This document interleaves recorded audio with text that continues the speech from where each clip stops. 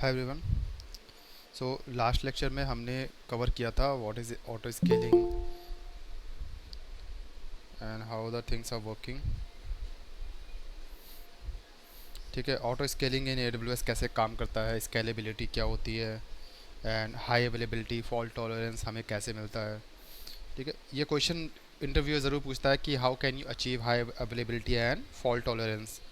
तो आपको घुमा के भी ये क्वेश्चन आ सकता है। तो you could say yes we can achieve high availability and fault tolerance with the help of auto scaling. ठीक है, उसके बाद हमने पढ़ा था कि स्केलेबिलिटी कितने तरीके की होती है, वर्टिकल एंड हॉरिजॉन्टल स्केलिंग क्या होती है, कंपोनेंट्स क्या होते हैं ऑटो स्केलिंग में। ठीक है, लॉन्च कॉन्फ़िगरेशन क्या है, ठीक है, स्केलिंग पॉलिसी क्या है। तो आज कल हमने थोड़ा सा ऊपर का लेयर कंप्लीट किया था।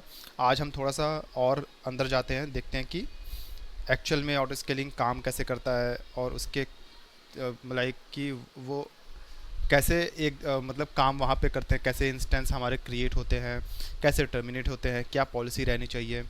ठीक है, तो उसके बारे में थोड़ा सा डीपली आज हम कवर करते हैं।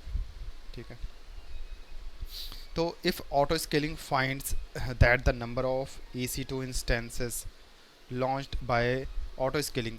अब हम लोग ऑटो स्केलिंग को ASG करके रिफ़र करेंगे। ठीक है, क्योंकि हमारे कंपनीज़ में हम ऑटो स्केलिंग को ASG ही प्रोनाउंस करते हैं। ठीक है, we call ASG to auto scaling. तो if auto scaling finds that the number of EC2 instance launched by ASG into subnet and ठीक है ASG is not balanced, like कि कल हमने कवर किया था कि जो हमारा क्या बोलते हैं ऑटो स्केलिंग हमारा जो सर्वर क्रिएट करेगा वो हमारे अवेलेबिलिटी जोन में क्रिएट होते हैं। ठीक है, let me just a moment, let me expand this।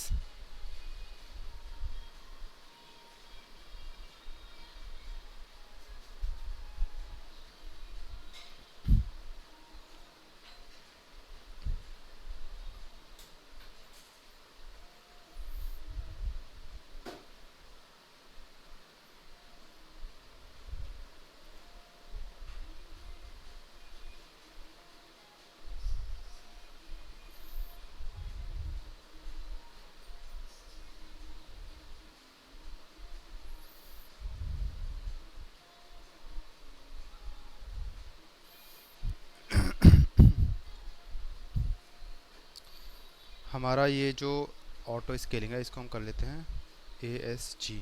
ठीक है, ऑटो स्केलिंग है। अब इसके अंदर जो हम सर्वर्स बना रहे हैं, ठीक है,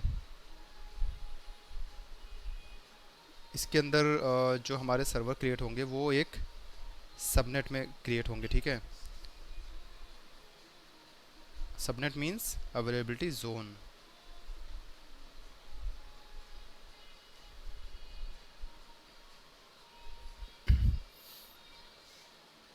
ये हमारा AZ1 हो गया। ठीक है, AZ2 हो गया, ये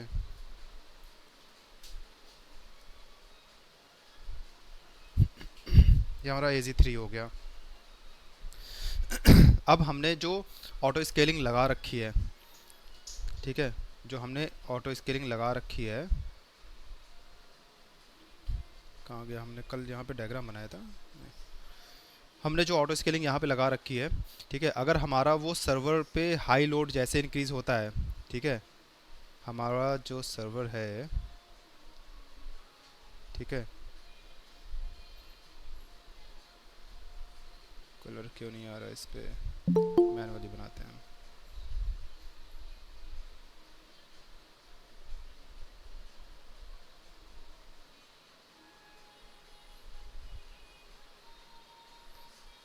ये हमारा सर्वर है। ओके, इस सर्वर पे हमारा लोड जैसे ही इंक्रीज़ हुआ, ठीक है, इस पे जैसे ही 100% 80% हाई CPU यूटिलाइजेशन जैसे हुआ, तो हमने पॉलिसी लगा रखी है कि जैसे ही इस पे 80% होगा तुरंत हमारे 2 सर्वर और बन जाने चाहिए। लॉन्च कॉन्फ़िगरेशन में हमने सेट कर रखा है। तो हमारा जो 2 सर्वर क्रिएट होगा ना, वो कहाँ पे क्रिएट होगा, इन दोनों पे। और ऐसा नहीं है कि दोनों सर्वर एक ही AZ में हो जाएगा। ठीक है, या तो AZ2 में दोनों सर्वर क्रिएट कर देगा या AZ3 में दोनों क्रिएट कर देगा। क्योंकि हम ऑटो स्केलिंग का ये भी काम है high availability and fault tolerance. तो जो ये दोनों सर्वर क्रिएट करेगा ना, वो एक यहाँ पे क्रिएट करेगा और एक यहाँ पे क्रिएट करेगा वो।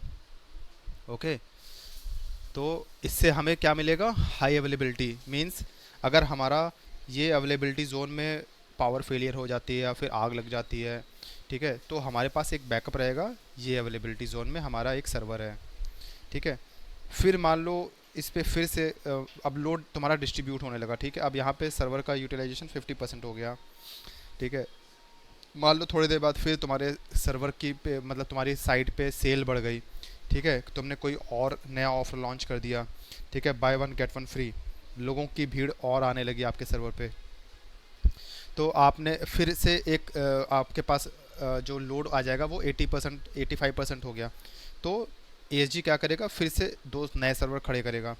तो अब जो नए सर्वर खड़े करेगा वो ऐसा नहीं है कि यहाँ पे ही एक ही अवेलेबिलिटी जोन में खड़ा करेगा, अगेन वो एक यहाँ पे खड़ा करेगा और एक यहाँ पे खड़ा करेगा।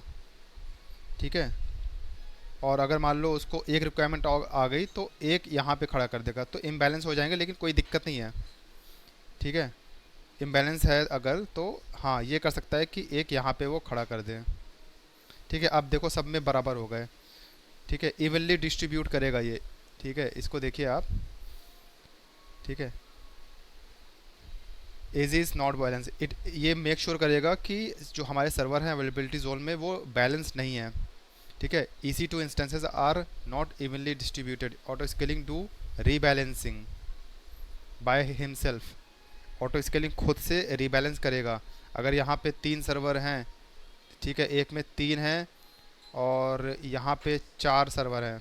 ठीक है, तो इसको हम बैलेंस नहीं बोलेंगे, इसको रीबैलेंस बोलेंगे। इम्बैलेंस है ये। ठीक है, बराबर नहीं है, एक में 3 है, एक में 4 है, एक में 2 है। तो बैलेंस अगर आपको करना है तो यहाँ से एक हटा के आपको यहाँ पे एक सर्वर रखना पड़ेगा, तो बैलेंस हो गया। तो ऑटो स्केलिंग यही मेक श्योर करता है कि हमारे सारे अवेलेबिलिटी जोन में सर्वर इक्वली बराबर रहे हैं। While rebalancing, auto scaling launches new EC2 instances where there are less EC2 instances at present, and then terminates the instances from the AZ that had more instances। इसका मतलब क्या है कि अगर रीबैलेंसिंग हो गई है, ठीक है, अगर आपके यहाँ पे रीबैलेंसिंग हो गई है, जैसे रीबैलेंसिंग हो गई ऐसे, इसको हम बोलेंगे रीबैलेंसिंग। मतलब एक अवेलेबिलिटी जोन में आपके 3 सर्वर हैं, दूसरे पे आपके 4 हैं और तीसरे पे आपके 2 हैं, तो ये इसको हम बोलेंगे रीबैलेंस हुआ है, बैलेंस नहीं है, बराबर नहीं है। तो ऑटो स्केलिंग क्या करेगा आपका, ये आपका कहेगा कि भाई ये देखेगा कि यार यार ये बराबर नहीं है, मुझे इसको बराबर करना है। तो ये क्या करेगा, इस अवेलेबिलिटी जोन से एक सर्वर को टर्मिनेट करेगा। इसने टर्मिनेट कर दिया। टर्मिनेट करने के बाद फिर एक नया सर्वर देखेगा जहाँ पे कम है, जैसे इस 3 में कम है, यहाँ पे एक नया सर्वर वो क्रिएट कर देगा। अब देखो आप बैलेंस्ड हो गया। ठीक है, अब देखते हैं हाउ बैलेंसिंग वर्क्स। ठीक है, make sure all availability zones are having equal servers. Balancing हमारा कैसे काम कर रहा है, तीनों हमारा अवेलेबिलिटी जोन पे बराबर सर्वर है। ठीक है, 3 इस पे है, 3 इस पे है, 3 इस पे भी है। ठीक है, और ऐसा भी हो सकता है कि 3 3 और 2 हो, इसको भी हम बैलेंस बोलेंगे, क्योंकि हमारी जो रिक्वायरमेंट थी, ठीक है, वो 3 3 6 7 8 सर्वर की थी। ओके, और अवेलेबिलिटी जोन हमने 3 ही सेलेक्ट किया है। अगर 4 अवेलेबिलिटी जोन होता हमारे पास तो 2 2 हम कर सकते थे। ठीक है, तो रीबैलेंस इम्बैलेंस मतलब ये हुआ कि हमें 2 सर्वर पे सेम रहना चाहिए, एक सर्वर पे चलेगा। ठीक है, अब अगर आप कोई ऐसा तो है नहीं हम आधा सर्वर काट के हम यहाँ रख दें, ठीक है, और आधा इसके पास रखें, ऐसा नहीं होता है। तो आपको थोड़ा सा अपना कॉमन सेंस लगाना है कि हम सर्वर की बात कर रहे हैं, तो इसको भी हम बैलेंस्ड बोलेंगे। ठीक है, अगर हमारे पास यहाँ पे 4 हो गए, ठीक है, 4 क्या यहाँ पे 5 हो गए, ठीक है, और यहाँ पे 4 हो गए, ठीक है, तो हम बोलेंगे कि हाँ भाई ये इम्बैलेंस है। या फिर यहाँ पे भी 5 हो गए, ठीक है, अब हम बोलेंगे कि हाँ भाई ये इम्बैलेंस है, क्योंकि 5 इस पे है, 5 इस पे है, लेकिन 2 इस पे है ना, तो इसके पास भी तो आना चाहिए। इसको एक हटाओ यहाँ से, ठीक है, एक हटाओ, एक इसको दो, ठीक है। और एक यहाँ से भी हम एक हटा सकते हैं, सॉरी, यहाँ से हमने एक हटा दिया। ठीक है, 8 सर्वर थे हमारे, लो 8 सर्वर हमारे यहाँ पे हो गए। अब इस पे 4 4 हम कर दिए। ठीक है, 4 4 4, तो बैलेंस हो गया। तो बैलेंसिंग ऑटो स्केलिंग खुद से करेगा, बस आपको बैकग्राउंड पता रहना चाहिए कि हाँ बैलेंसिंग हो रही है। अब देखते हैं कि व्हाट कॉजेज इम्बैलेंस। ठीक है, हमारा हमारा जो इम्बैलेंस हो रहा है कि किसी पे 2 हैं किसी पे 1 है, वो कैसे हो रहा है, क्यों हो रहा है। तो जो ये केस होता है, we know that while we are creating auto scaling, ठीक है, we mention which AG will be there. हमने कल ये पढ़ा था कि जब हम ऑटो स्केलिंग क्रिएट करते हैं ना, तो वहाँ पे हम मेंशन करते हैं कि हम ऑटो स्केलिंग कौन कौन से अवेलेबिलिटी जोन में हम कर रहे हैं। ठीक है, कौन कौन सा सबनेट हम ले रहे हैं। ठीक है, तो अगर सोचो कि आपने आपने यहाँ पे क्या बोलते हैं,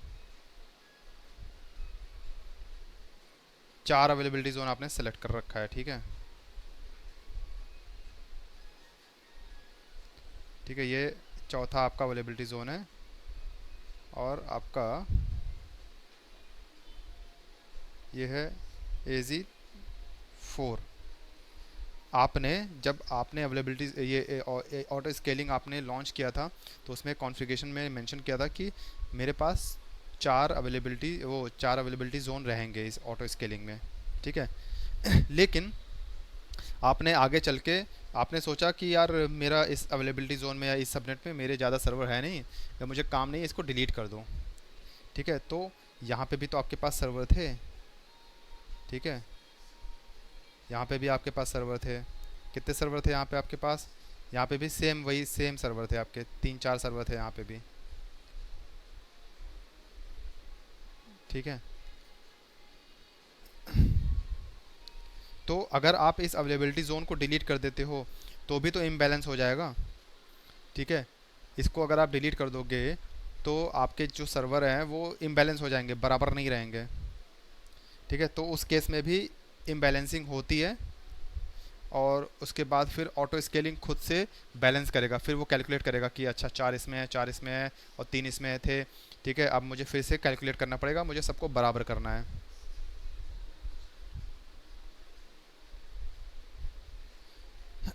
ओके,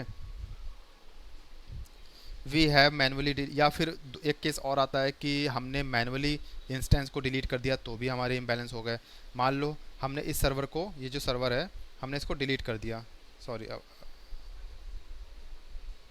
ठीक है, यहाँ पे एक सर्वर को मैंने इसको डिलीट कर दिया, तो उस केस में भी ये हमारा इम्बैलेंस हो जाएगा।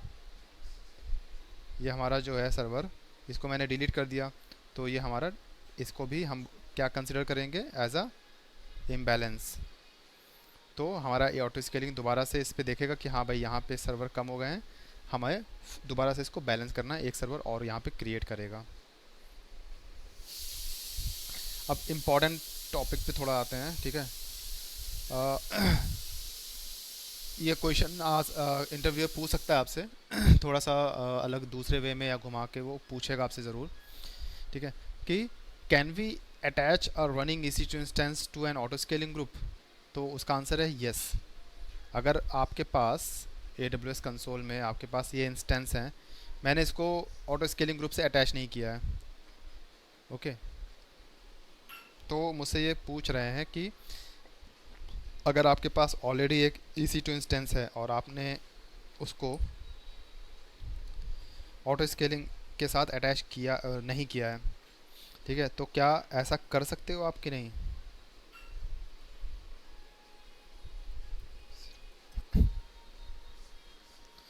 तो इसका आंसर है यस, हम ऐसा कर सकते हैं, लेकिन उसके लिए एक रिक्वायरमेंट है। रिक्वायरमेंट क्या है, ठीक है, हम कंसोल से ही करेंगे। ठीक है, उसको हम इस सर्वर को अगर ऑटो स्केलिंग में हमें ऐड करना है तो हम इसको कंसोल से ही करेंगे, या फिर CLI मोड से करेंगे, जो कमांड लाइन इंटरफेस मैंने आप लोग को दिखाया था। लेकिन उसके लिए कुछ हमारे पास टर्म्स एंड कंडीशंस रहते हैं। क्योंकि क्यों टर्म्स एंड कंडीशंस हैं, क्योंकि जब आप ऑटो स्केलिंग ग्रुप बनाते हो तो वहाँ पे आप मेंशन करते हो कि कौन कौन सा आपका अवेलेबिलिटी जोन रहेगा। ठीक है, A 1 रहेगा, 2 रहेगा, 3 रहेगा।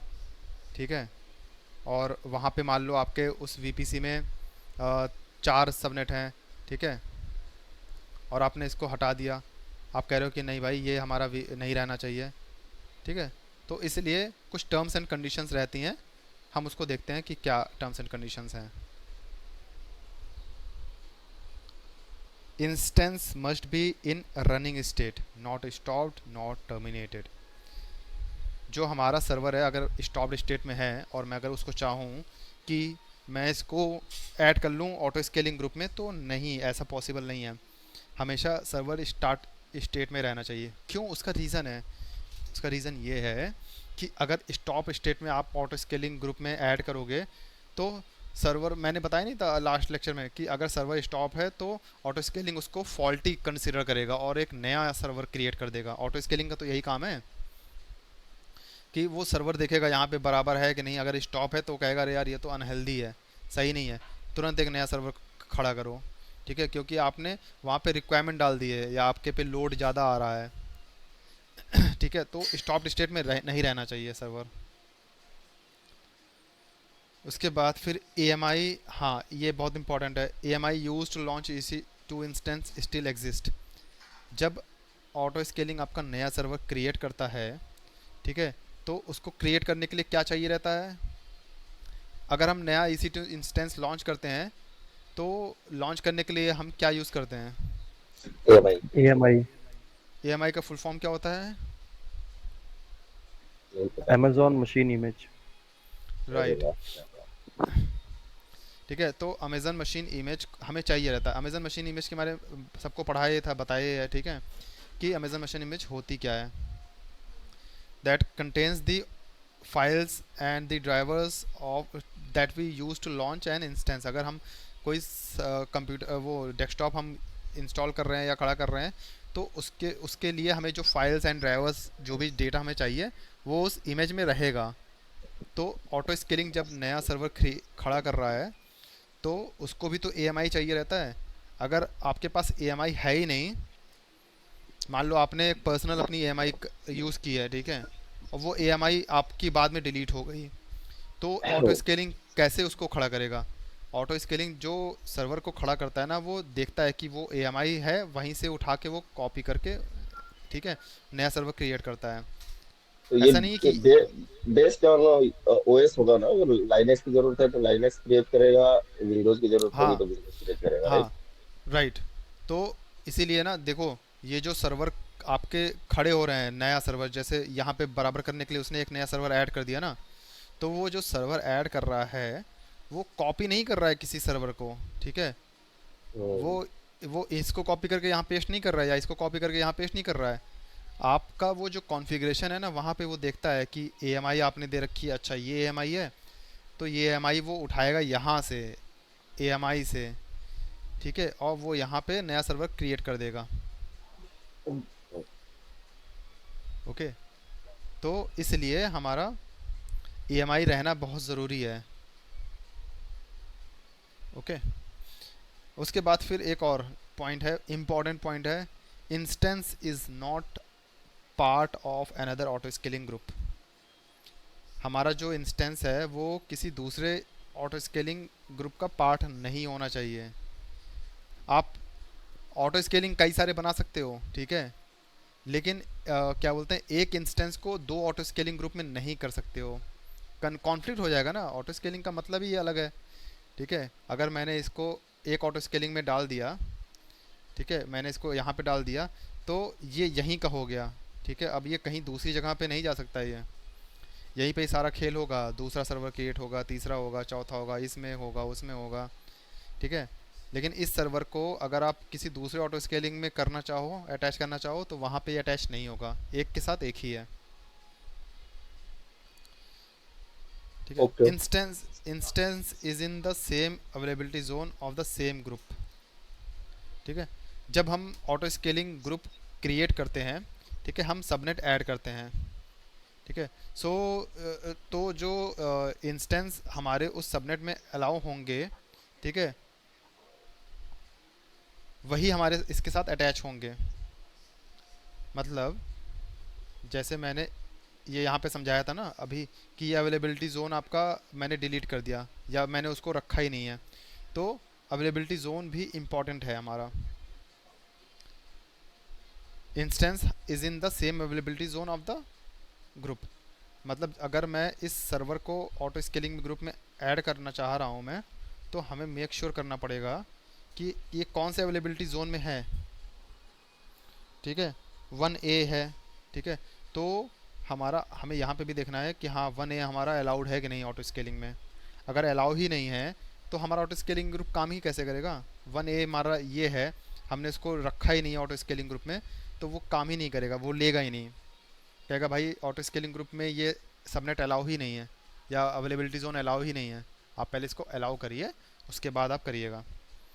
तो 1 रहना चाहिए, 2 रहना चाहिए, 3, इन तीनों को वो कंसिडर करेगा, लेकिन 4 को नहीं करेगा वो। तो इसलिए ये भी इंपॉर्टेंट है, instance is in the same availability zone of the same group. अब एक कंडीशन और आती है, if the existing EC2 instance under the auto scaling group plus the one to be needed exceeds the maximum capacity of the auto scaling group, the request will fail। ठीक है, EC2 instance would not be added। अब इसका मतलब समझते हैं क्या है।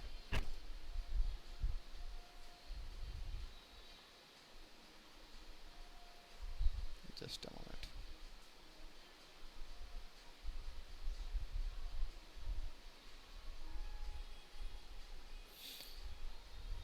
देखो इसका मतलब ये है कि जब हम सर्वर क्रिएट करते हैं ना, वो सॉरी, जब हम ऑटो स्केलिंग ग्रुप क्रिएट करते हैं, तो मैंने लास्ट टाइम बताया था ना कि हम वहाँ पे मिनिमम और मैक्सिमम साइज़ लिमिट सेट करते हैं सर्वर की। एक मिनट मैं दिखाता हूँ कहाँ पे मैंने बताया था।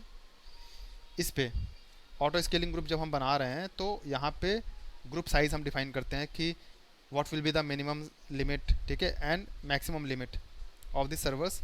इस इंस्टेंस इस पर्टिकुलर ऑटो स्केलिंग में हम ये भी तो वो सेट करते हैं कि यहाँ पे मैक्सिमम हमारे 10 सर्वर क्रिएट होंगे। ठीक है, एंड मिनिमम मिनिमम कितने सर्वर रहने चाहिए हमारे, 3 दो या सर्वर चार। रहने चाहिए। हाँ, अच्छा 3 या तीन। 4 जो भी रहेगा। ठीक है, अब हमने कर रखा है, अभी हमारे यहाँ पे 4 हैं, 4 8। ठीक है, ठीक है, 4 हो गए, 4 8। इसको हम कर देते हैं थोड़ा और कम, 16 16 कर देते हैं। ठीक है, सॉरी, 4 इज़ 12, 12 कर देते हैं। इसको हम डिलीट कर देते हैं। अब यहाँ पे कितने सर्वर हमने यहाँ पे मैक्सिमम कैपेसिटी दे रखी है इस अवेलेबिलिटी ऑटो स्केलिंग में, 12। ठीक है, और यहाँ पे हमारे कितने सर्वर इस समय क्रिएटेड हैं, 12। अब आप थोड़ा सा दिमाग लगाइए इस पे कि क्या हम यहाँ पे अगर नया इंस्टेंस, इस इंस्टेंस को हम इस ऑटो स्केलिंग में ऐड करना चाहें तो ऐड हो जाएगा।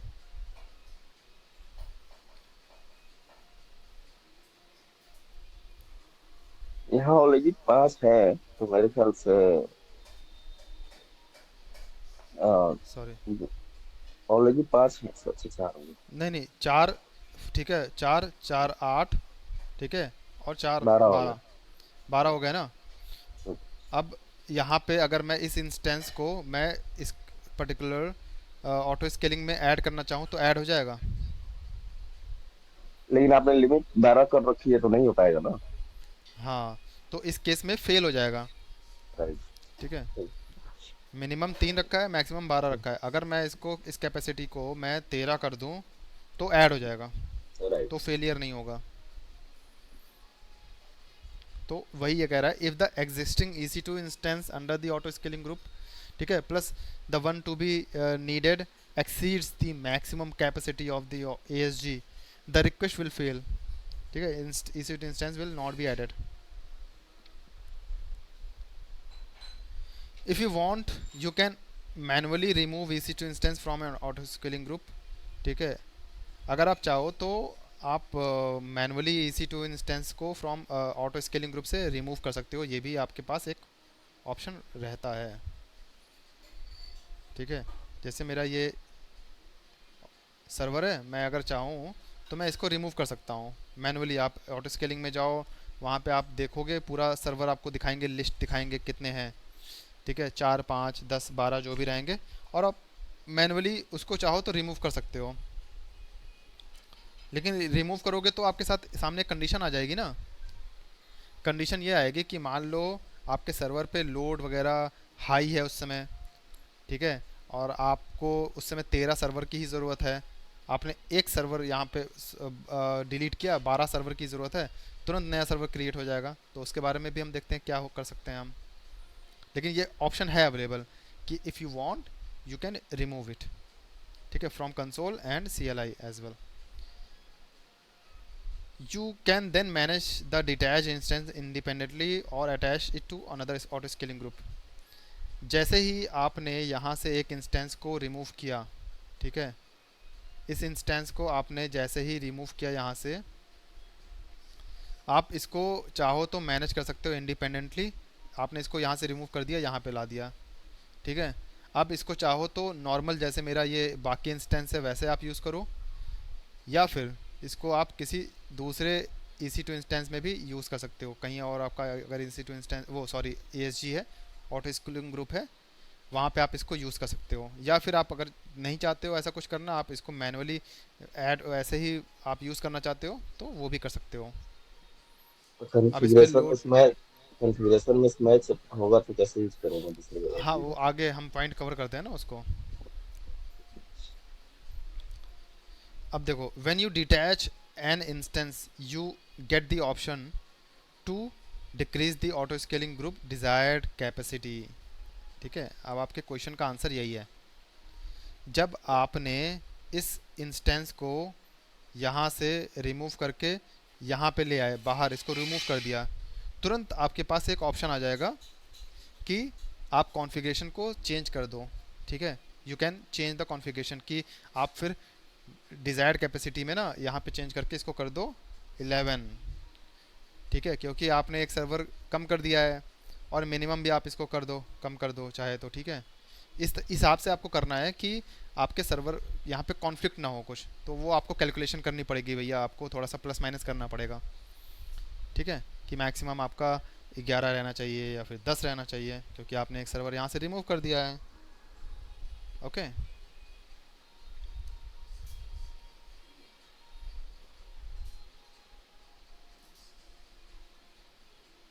सपोज ठीक है, यो यू हैव डिसाइड यू आपका जो डिज़ायर्ड कैपेसिटी है वो 8 है, ठीक है। अब जब आपने सर्वर को डिटैच कर रहे हो, ठीक है, एंड जैसे ही आप डिटैच करोगे तुरंत आपके पास ऑप्शन आएगा एक कि भाई इसको चेंज कर दो, लेस करना है लेस कर दो, बढ़ाना है बढ़ा दो, जो मर्जी है वो करो, चेंज करना है मतलब आपके पास ऑप्शन आ जाएगा, ठीक है, ये कहने का मतलब है। उसके बाद अब देखते हैं, when you delete an auto scaling group it's parameter like maximum minimum and desired capacity all set to zero, hence it terminates all the EC2 instances. अब जब आप एक EC2 इंस्टेंस को सॉरी एक ASG को क्रिएट करते हो ना, तो वहाँ पे आप maximum minimum desired capacity set करते हो, उस हिसाब से आपके सर्वर क्रिएट होते हैं। अगर आप ऑटो स्केलिंग ग्रुप को डिलीट कर देते हो, ठीक है, इसको अगर आप डिलीट कर देते हो तो सबसे पहले इसमें क्या चीज़ डिलीट होगा, इसकी कॉन्फ़िगरेशन डिलीट होगी। कॉन्फ़िगरेशन बाद में डिलीट नहीं होगी, पहले कॉन्फ़िगरेशन डिलीट होगी। अगर कॉन्फ़िगरेशन डिलीट ना हुई और पहले इंस्टेंस डिलीट हो गए ना, तो तुरंत सर्वर पे सर्वर नए खड़े होते रहेंगे, आप परेशान हो जाओगे कि भाई ये हो क्या रहा है, ठीक है। तो सबसे पहले इसकी कॉन्फ़िगरेशन डिलीट होगी जो आपने यहाँ पे सेट कर रखा है। क्या सेट कर रखा है कि मिनिमम और पैरामीटर्स। मैक्सिमम डिज़ायर्ड कैपेसिटी, ये सब पहले ज़ीरो हो जाएंगे, और जैसे ज़ीरो होंगे तुरंत आपके सर्वर डिलीट होना शुरू कर जाएंगे, ठीक है। राइट।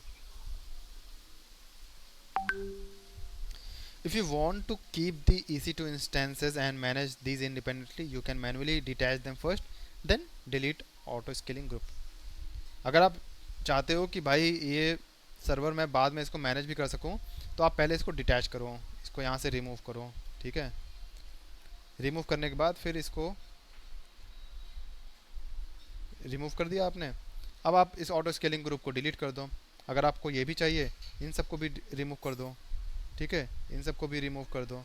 अब बाद में इसको इंडिपेंडेंटली आपको इसको मैनेज कर सकते हो, जैसे नॉर्मली हम इंस्टेंस को मैनेज करते हैं, जैसे ये सब है मेरे। और जब आपका काम आपने डिटैच कर दिया इससे यहाँ से, तो इसको डिलीट कर दोगे तो आप कोई नुकसान नहीं होगा, सारे सर्वर आपके बचे के बचे रह गए, ठीक है।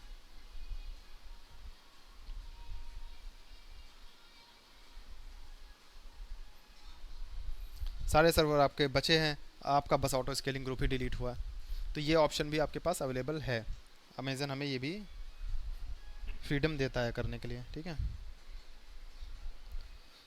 अब हम आते हैं एक और इम्पॉर्टेंट टॉपिक पे, that is how elastic load balancer will work with auto scaling group. अब आपके सामने एक नया टॉपिक आ गया है, इलास्टिक लोड बैलेंसर। इसके बारे में हमारा एक दूसरा लेक्चर रहेगा, ठीक है। तो उसमें हम पूरा पढ़ेंगे what is elastic load balancer, how load balancer works. तो लेकिन इसमें हम थोड़ा सा ऐड इसलिए कर रहे हैं ना, क्योंकि लोड बैलेंसर के बिना ऑटो स्केलिंग अधूरा है, ठीक है। आपको लोड बैलेंसर लगाना ही पड़ेगा ऑटो स्केलिंग ग्रुप में। आपसे जो इंटरव्यू क्वेश्चन पूछेगा ना, वो भी इसको ऐड करके ही पूछेगा, वो उसको अलग से नहीं पूछेगा। तो लोड बैलेंसर के बारे में थोड़ा सा एक छोटा सा वो पढ़ लेते हैं कि लोड बैलेंसर होता क्या है। लोड बैलेंसर मीन्स कि आपके जो सर्वर पे ट्रैफिक आ रहा है ना, जैसे बिग बिलियन डेज चल रहा है इस समय, ठीक है, बिग बिलियन डेज आ रहा है, तो आपके जो सर्वर पे ट्रैफिक आ रहा है ना, वो सारे कैसे आ रहे हैं, इवनली आ रहे हैं। इवनली मतलब कि लोड आपका इक्वली डिस्ट्रीब्यूट हो रहा है। ऐसा नहीं है कि एक सर्वर पे ज़्यादा लोड आ रहा है, दूसरे पे कम आ रहा है, ठीक है। ट्रैफिक हमारा जो है वो बराबर से सारे सर्वर पे आ रहा है। अब यहाँ पे ऑटो स्केलिंग का काम देखो दूसरा होता है, वो सर्वर को मेंटेन करेगा, सर्वर हमारे बराबर रहने चाहिए। लेकिन जो ट्रैफिक है, ट्रैफिक की बात अगर करें तो कुछ ऐसी सर्विस भी तो होनी चाहिए। How load balancer works in AWS।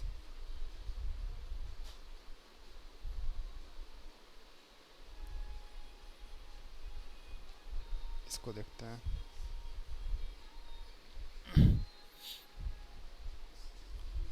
इसको थोड़ा सा आप समझने की कोशिश करो, ठीक है।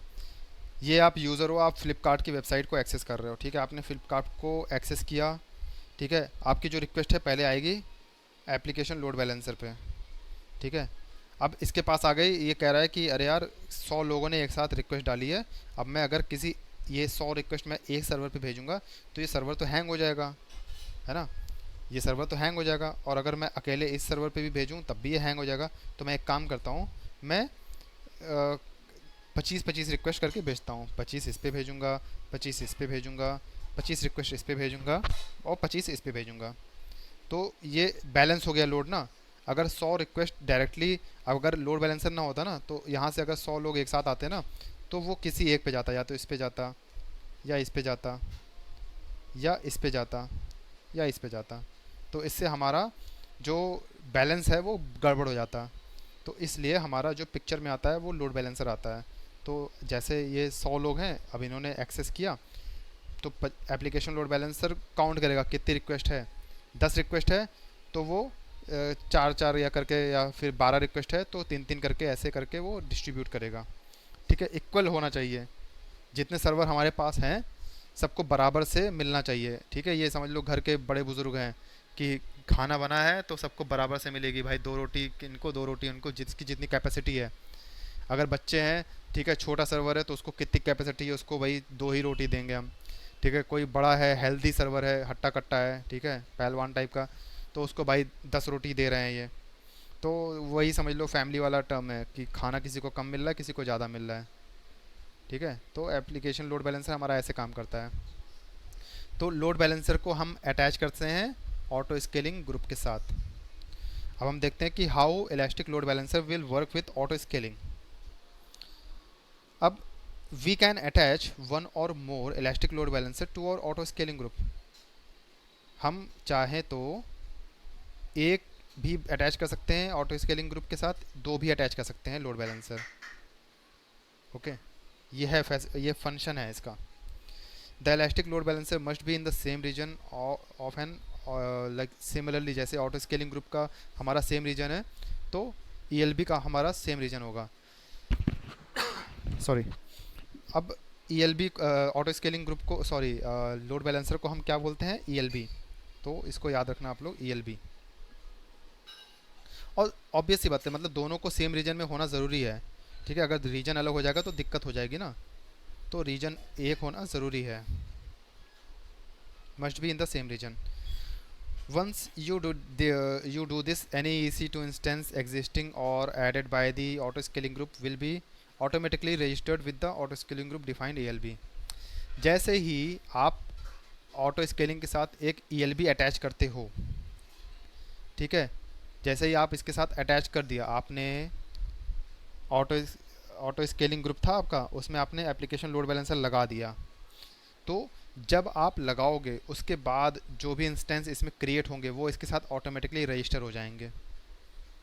रजिस्टर हो जाएंगे तो लोड इस पे आएगा, इस पे आएगा। लेकिन जो पुराने इंस्टेंस हैं, ठीक है, अब मान लो ईएलबी आपने बाद में लगाया, ठीक है, आपके पास 4 इंस्टेंस पहले थे, तो जो पुराने इंस्टेंस है वो इसके साथ रजिस्टर नहीं होंगे, उनको ये मानेगा ही नहीं कि ये हमारा जानने वाला है। ठीक है, तो जो लोड आएगा वो इन चारों को नहीं देगा, जो पुराने इंस्टेंस रहेंगे उनको नहीं देगा, सिर्फ नए वालों को देगा। जो नए वाले आएंगे वो क्योंकि इसके साथ ऑटोमेटिकली रजिस्टर हो जाएंगे। ठीक है, कोई डाउट कन्फ्यूजन इसमें? No, I am good.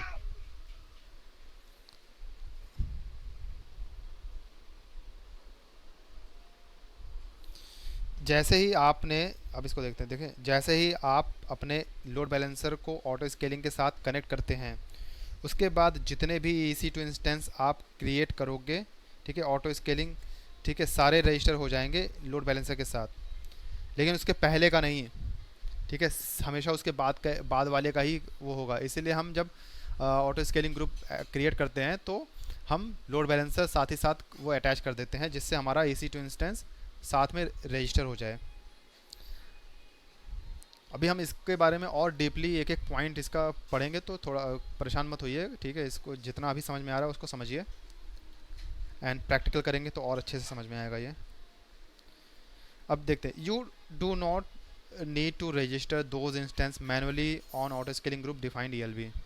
Manually आपको करने की ज़रूरत नहीं है, हमारा ऑटो स्केलिंग और ELB इतना समझदार है, वो खुद ही रजिस्टर कर लेगा इसको अपने साथ। अगर आप घर के अंदर किसी सदस्य को ले आए, तो घर के बड़े बुज़ुर्ग को, और इतने समझदार हैं वो भैया कि वो आया है तो उसको खाना हमें देना है। ठीक है, उसको सुबह दोपहर शाम उसको खाना देना ही है। ओके, तो ये समझ लो घर के बड़े बुज़ुर्ग ही हैं ये। अब इसमें एक पॉइंट हमारा दो अलग अलग है, ये जैसे elastic load balancer must be in same region with the auto scaling group, लेकिन ELB के साथ एक पॉइंट और है, ELB must be in the same VPC।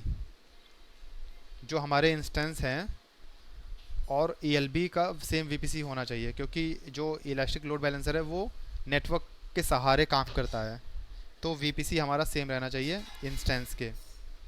तो ये आपको मेक श्योर करना है। ELB के बारे में थोड़ा सा देख लेते हैं कि क्या है एक्चुअल में। ELB इसका मतलब ये अमेज़न बताता है, इसकी डेफिनेशन क्या है। The ELB allows you to dynamically manage loads across your resources based upon target groups and rules, where EC2 auto scaling allows you to elastically scale those target groups based upon the demand put upon your infrastructure. However, one without the other can cause the operation burden। वही से मैं family वाला है कि भाई 4 लोग हैं, 4 बच्चे हैं घर में, तो घर के जो घर की मम्मी, अगर मम्मी है घर पे, तो वो मेक श्योर करेंगे कि चारों बच्चों को इक्वली खाना मिले। ठीक है, अगर सेम साइज़ के हैं, अगर हाँ किसी की तबीयत ख़राब है या फिर किसी को भूख नहीं है तो उसको कम मिलेगा, लेकिन बेस्ड ऑन वो रूल्स एंड वहाँ पे पॉलिसीज़ लगी हुई हैं सबके साथ। ठीक है, तो ELB भी हमारा वैसे ही काम करता है, लोड इक्वली सबको काम बराबर ही देगा। ठीक है, पार्शियलिटी नहीं करेंगे कि भाई कि ऐसे नहीं वैसे मान लो 4 लोग हैं, चारों को काम देना है कि भाई तुम्हें ये करना है, ठीक है, तो इक्वली करना है उसमें। हाँ, अगर किसी के पास काम ज़्यादा है तो उसको बाद दोबारा जो काम दिया जाएगा थोड़ा कम दिया जाएगा, क्योंकि ऑलरेडी उसके पास काम ज़्यादा है, वो ऑलरेडी काम कर रहा है, उसका कंप्लीट नहीं हुआ है। तो इस तरीके से हमारा लोड बैलेंसर काम करता है।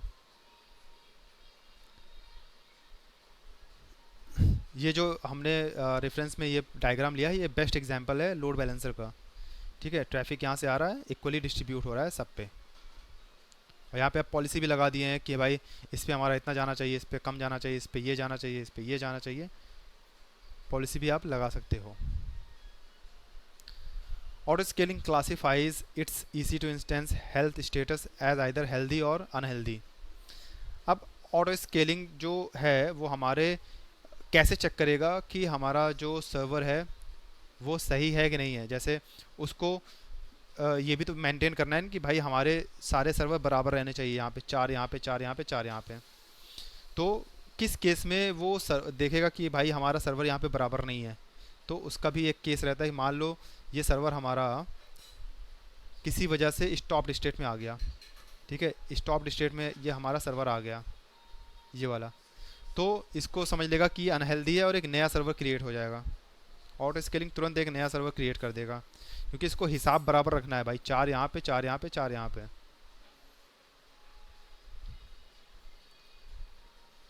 तो या तो अगर अब इसका मतलब ये है कि देखो, इसका मतलब ये है कि या तो इसको हेल्दी कंसिडर करेगा या अनहेल्दी।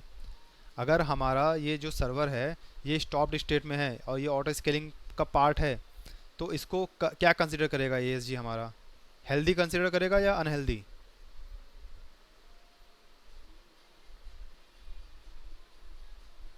ये हमारा जो सर्वर है ये स्टॉप्ड स्टेट में है और ये ऑटो स्केलिंग का पार्ट है, तो इसको हम हेल्दी कंसिडर करेंगे या अनहेल्दी। अनहेल्दी। राइट, ठीक है, तो इसको हम अनहेल्दी कंसिडर करेंगे, वही ये भी कह रहा है।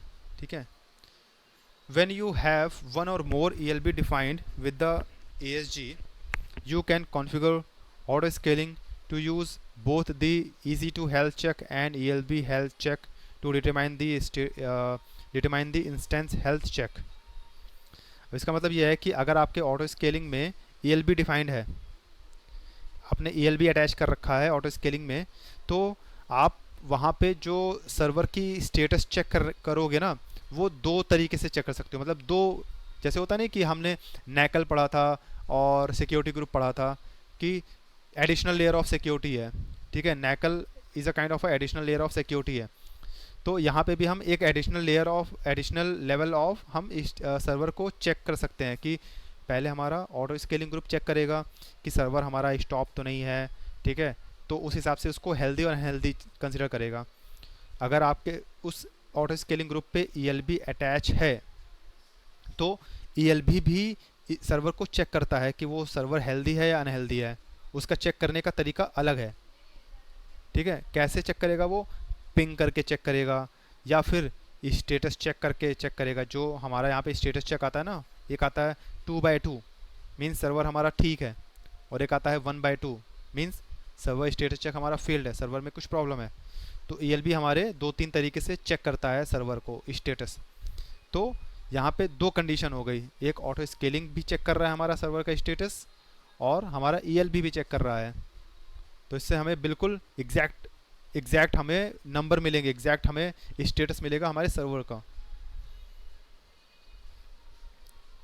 अब health check grace period is 300 seconds, mean 5 minute का रहता है ग्रेस पीरियड, कि 5 मिनट तक ये चेक करेगा। ओके, 5 मिनट तक ये हमारा चेक करेगा, ग्रेस पीरियड हमारा 5 मिनट तक है। उसके बीच में हमें चेक करेगा सर्वर का स्टेटस की ये 2/2 है या पिंग आ रहा है नहीं सर्वर का, ठीक है। 5 मिनट तक जितनी बार हो सकेगा उतनी बार चेक करेगा वो, 2 बार 3 बार 4 बार, ठीक है। कभी कभी एक ही बार 5 मिनट में एक ही बार चेक कर पाता है। तो बेस्ड अपॉन दी सर्वर की क्या है condition, both ELB and ASG will do health checks, ठीक है। Auto scaling will do ping, ठीक है। ELB will check the status check. 5 minute तक इसने चेक किया इस सर्वर का स्टेटस। मान लो सर्वर ये स्टॉप्ड है, तो ऐसा नहीं है कि तुरंत इस सर्वर को ये ऑटो स्केलिंग ग्रुप या फिर ईएलबी आपको दिखाने लगा कि अनहेल्दी है, तुरंत नया सर्वर क्रिएट हो जाएगा? नहीं, 5 मिनट का ग्रेस पीरियड है ना, तो 5 मिनट तक कोई एक्टिविटी नहीं होगी, 5 मिनट तक नया सर्वर क्रिएट नहीं होगा यहाँ पे। कब क्रिएट होगा इसके बारे में थोड़ा देखते हैं यहाँ पे। Until the grace period times expires, any unhealthy status reported to by the EC2 status checks or ELB attached to the auto scaling group will not be acted upon। जब तक 5 मिनट ख़त्म नहीं होगा तब तक कोई एक्शन नहीं लिया जाएगा। भाई रुके रहेंगे हम लोग, अपनी जगह बैठे रहेंगे, ठीक है। तुम चिल्लाओ जितना चिल्लाना है, जैसे होता नहीं सामने वाला चिल्ला रहा है, चिल्लाने दो उसको। हमारे मम्मी ने बोल दिया भैया 5 मिनट तक तुम्हें बोलना नहीं है उसको, ठीक है, 5 मिनट बाद तुम्हें बोलना है, या 5 मिनट बाद तुम्हें एक्शन लेना है। तो 5 मिनट हम शांत रहेंगे और देखते रहेंगे उसको कि हाँ भाई किसकी गलती है किसका नहीं है, कि क्या सही है आदमी कि नहीं है, ठीक है। 5 मिनट तक हमने वेट किया। तो वही यहाँ पे कह रहा है।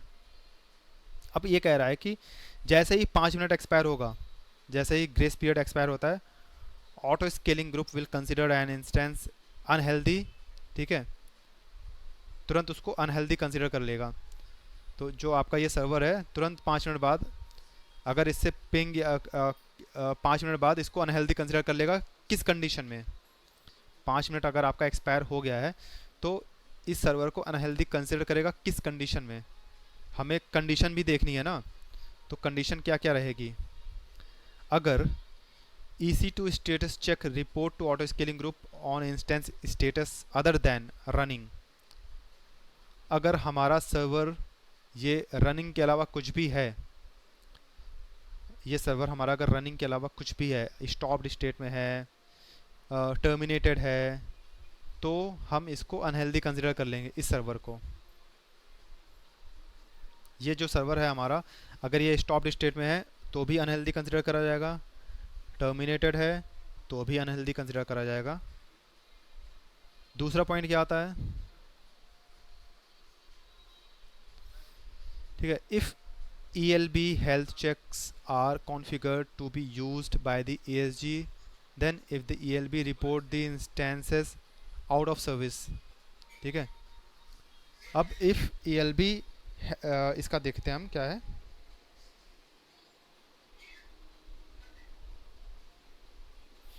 अगर हमारा इलास्टिक लोड बैलेंसर का हेल्थ चेक, ठीक है, जो हमने कॉन्फ़िगर कर रखा है, ठीक है, ऑटो स्केलिंग ग्रुप में, और ELB हमारा इंस्टेंस को आउट ऑफ सर्विस रिपोर्ट करता है, तो उस केस में भी ELB में हमारे पास ये ऑप्शन रहता है, ठीक है, ELB में हमारे पास ये ऑप्शन रहता है कि वो सर्वर हमारा आउट ऑफ सर्विस, हम उसको कंसिडर कर सकते हैं।